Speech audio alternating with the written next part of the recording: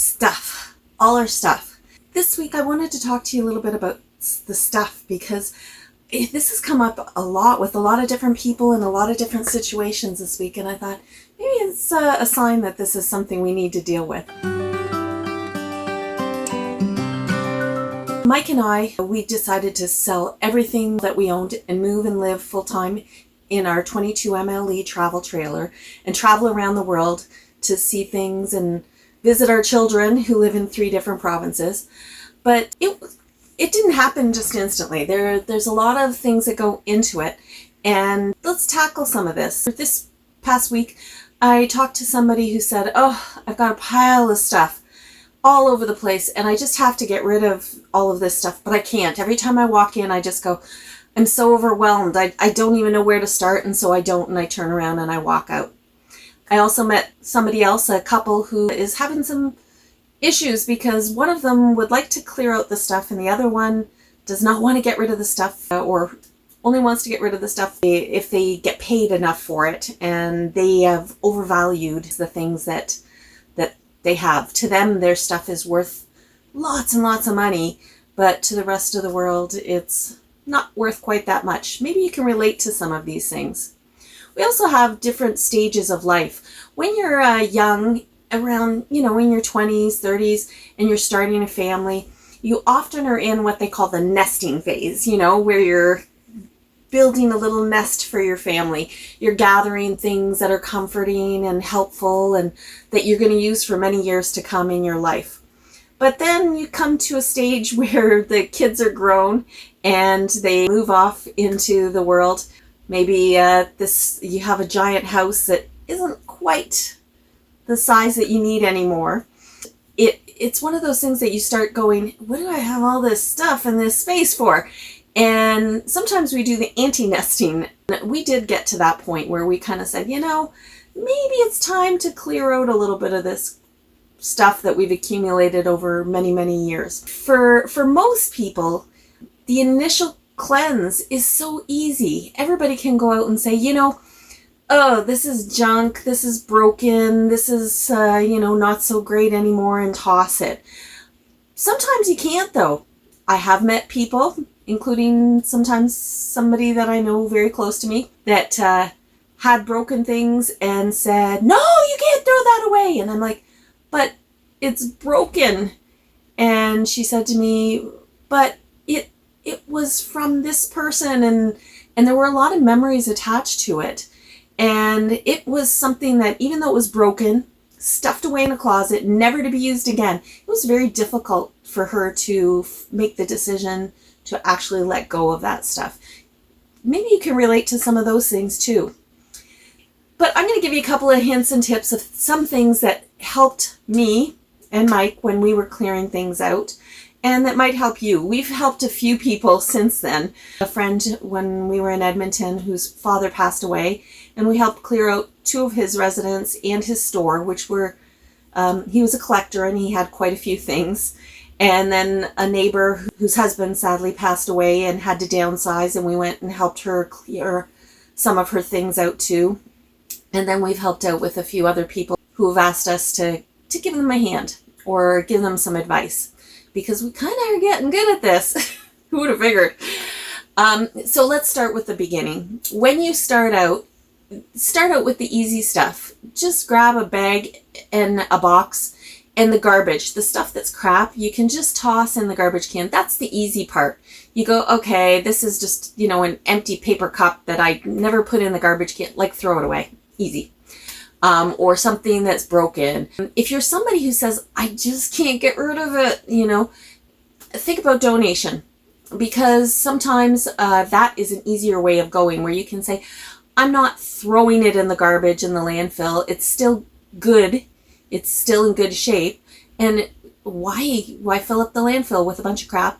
Let's send this off to Goodwill or Salvation Army or your local thrift store, so that somebody else can possibly use that. Because what do they always say? One man's junk is another man's treasure, and that is so true. One thing I'll tell you, that we have learned that if we ever went into a sticks and bricks home again and had to, gather some things that we wanted to put in it that maybe we wouldn't gather as much, for one thing, because we've learned to live with less. But we would go on to yard sales and marketplace and all those kind of things to get our stuff. We would not buy new anymore. But start out with the things that are just obvious. We all know what they are. It's like, just toss them. Then when you get done that, then you can play a little game with yourself. This is so, it makes it fun. It's simple and it takes no time at all. I call it the 10 things for 10 days. And it's as simple as this. Every day you take 10 things and get them out of your house. Now you either put them in a box or into a garbage can, but 10 things, and it doesn't take but a couple minutes. Pick a drawer, pick a cupboard, pick a closet, whatever you want, and take out 10 things. So you might go into your closet and say, oh, this is too small, this is too big, this has a bunch of stains on it, this one goes in the garbage, these ones I'll put in the Goodwill and take it to the Goodwill. 10 things, and then you say, done. And I don't do any more today. That's it, 10 things. Honestly, this can take you as little as a minute to 5 minutes to do. If you just go open a cupboard and pull out 10 things and toss them in. Say, gone. We all have that junk drawer. Great place to start, because we can always go through and say 10 things. Even if it's something little, and you start out by saying, let's just get rid of, some of those pens and pencils and markers that don't work and things that you just have too many of. Get rid of it. And it's empowering, because all of a sudden you feel like, wow, I got rid of some stuff. And you walk around a little bit lighter throughout your day. Now, the thing is, you repeat it for 10 days. So 10 things for 10 days. So tomorrow, take 5 minutes, open up another cupboard or drawer and get rid of another 10 things. And at the end of those 10 days, you have got rid of 100 things that were clogging up your life that you weren't using anyways. What a great feeling to say, wow, 100 little odds and ends of things or big things that I did not need have gone out of my life. And what that does is open up space for other things to come in as well. You have more time. Mike always has said that all the stuff that you accumulate is either something you have to clean, something you have to fix, something you have to store. And when they're gone, all of a sudden you don't have to fix that. You don't have to store it. You've got space in your life to maybe work on the arts and crafts that you want, or the travel, or the whatever it may be for you. So start by doing that. Another little tip because initially you start out and you think, yeah, this was easy. I got rid of that crap. That was simple. And then you get down to stuff that's a little harder, then a little harder, then a little harder, then a lot harder. When we got down to the end and we were looking at stuff in our cupboards and closets, and I was like, this is in good shape. I like it. I don't want to get rid of it, but we can't fit it into our new lifestyle. So those were the really tough ones to get rid of.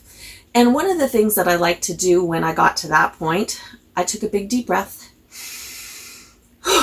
and I looked at the item, whatever it may be, and I said, thank you so much for giving me such joy for these years that I have had you and owned you and used you. Please go out into the world and find another person who is going to love and enjoy you as much as I have over these years.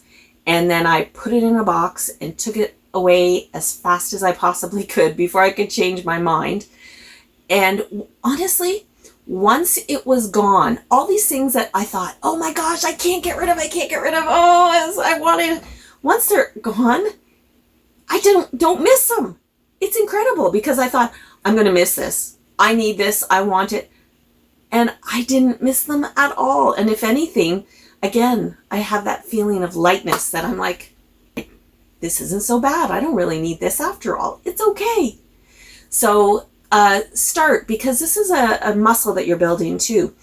Just like working out, and at first it's really hard and then it gets easier and then you go to the heavier weights.